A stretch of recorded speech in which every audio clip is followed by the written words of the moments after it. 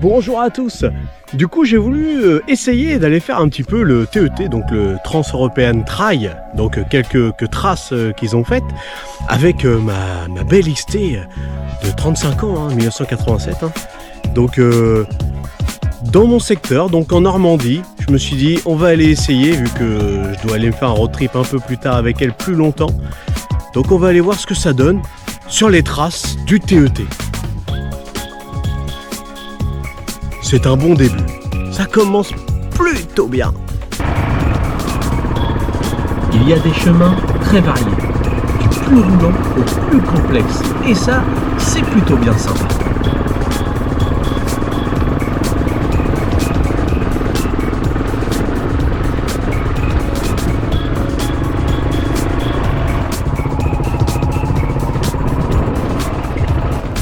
Par moments, certains éléments peuvent un peu bloquer le passage. Et on se débrouille.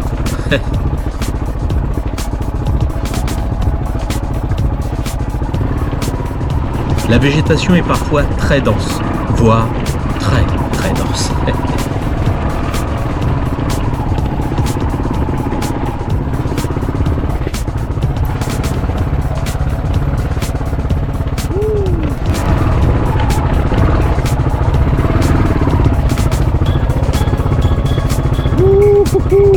Oh putain! C'est un truc de fou!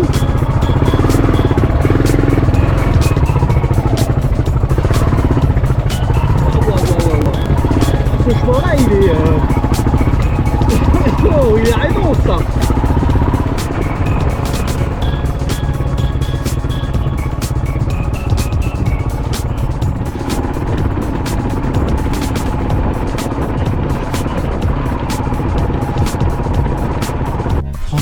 Franchement, c'est cool.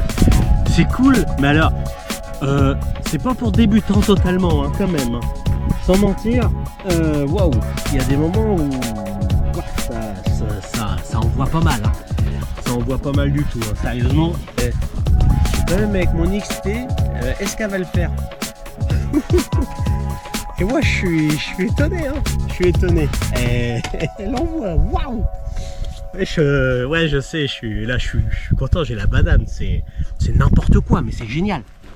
Bon, et puis alors un conseil, même si vous faites une petite partie du TET, comme je suis en train de faire, c'est une petite partie, mais déjà, j'y passe déjà pas mal de temps,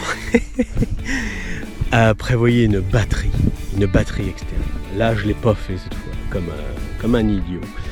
Et du coup, là, mon téléphone, là, avec l'application pour pouvoir suivre la trace, je suis passé de 90%, là je suis déjà à peine à 40% de la batterie.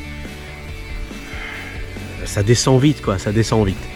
Donc bon, voyez une batterie externe. Et puis si vous avez un pote qui a une moto off-road et qui aime bien faire ce genre de truc, honnêtement à deux, c'est peut-être un peu plus rassurant. Je suis comme un enfant, je saute de joie. Ce moment est juste parfait. Les chemins bien roulants font du bien au corps pour se détendre et à la machine pour se refroidir un peu. Surtout ma XT, refroidi à air, ça y fait du bien mon gars. Là, j'étais bloqué, la roue arrière dans un trou de boue. C'est pas grand chose, mais à l'heure tout seul, c'est un peu galère à s'en sortir.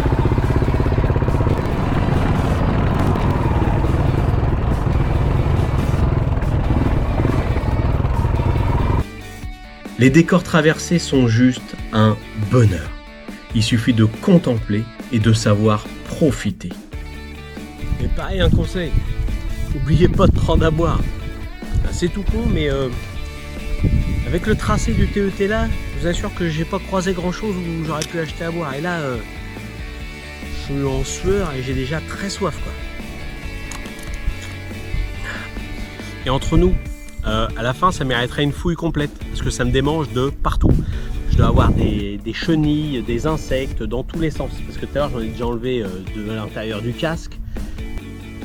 Profitez et prenez parfois votre temps. Vous le regretterez pas.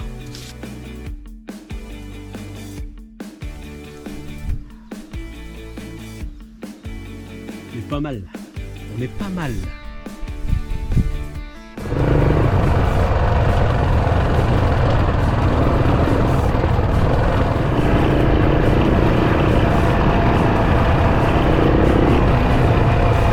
parfois on prend un peu la route et d'autres fois on ne fait juste que en traverser. C'est rapide.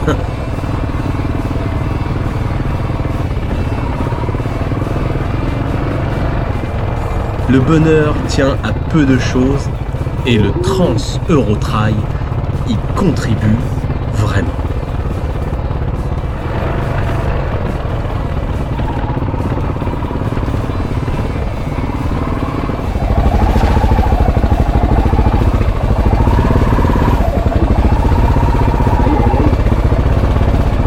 C'est serré là quand même, hein.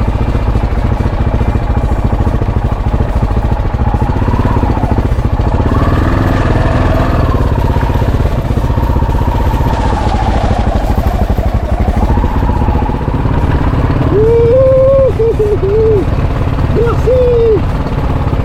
Peut-être pas fini, mais merci pour l'instant déjà. Et hop, on refroidit un peu la mécanique.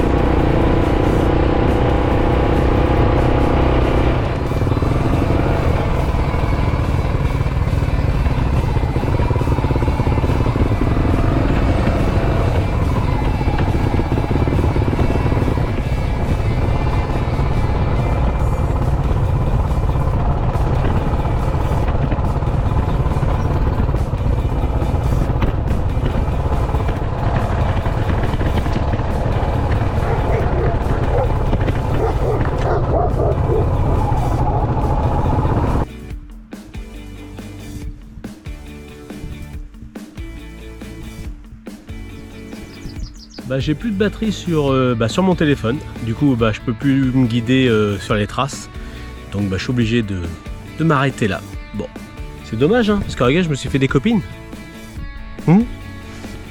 Ils veulent pas que je parte, ou peut-être qu'elles veulent que je parte. C'est chaud, hein, c'est chaud. Faut une vraie off-road, c'est vraiment bien, mais ouais, faut du temps, c'est long, et là j'ai très hâte de découvrir la suite. Alors, je vous souhaite une bonne continuation et je vous dis à bientôt. J'espère